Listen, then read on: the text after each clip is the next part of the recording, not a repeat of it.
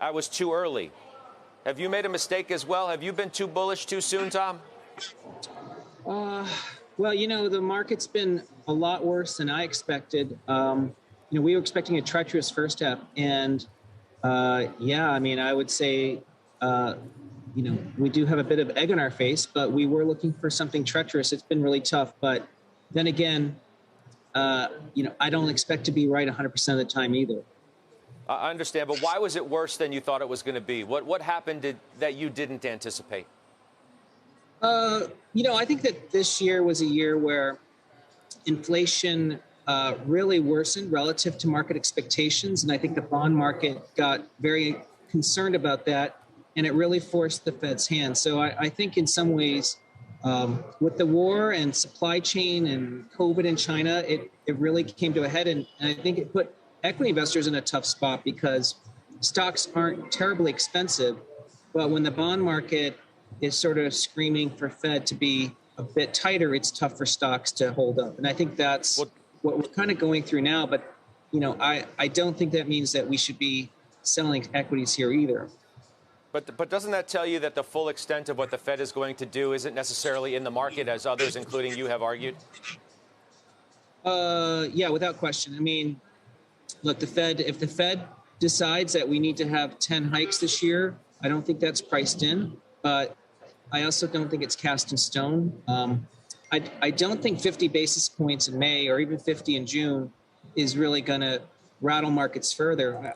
I think what's been concerning markets is they just want to have some sense of when this could end. And I think if inflation doesn't reach some sort of apex, I think that's concerning for markets. But I also don't think it's set in stone that inflation is going to continue to be a problem even in the second half. So I think it's still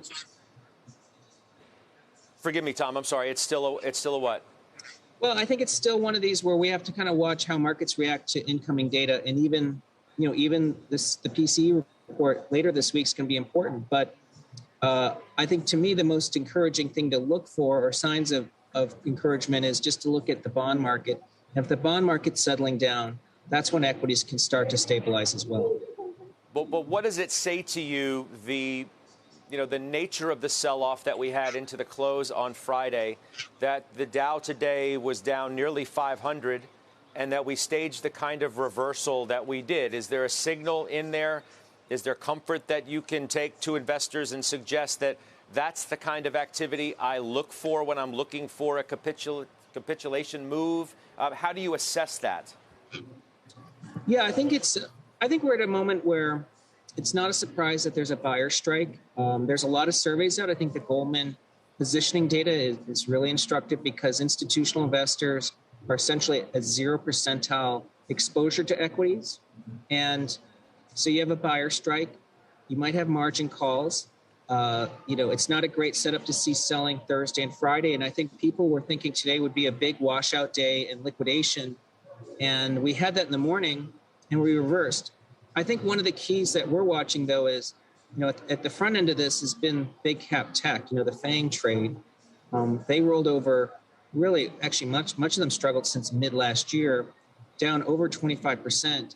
And this is 25% of the market. So they've gotten so beat up that they almost look like, I think that there's a good chance that Facebook becomes part of the value index in the rebalance. Interesting.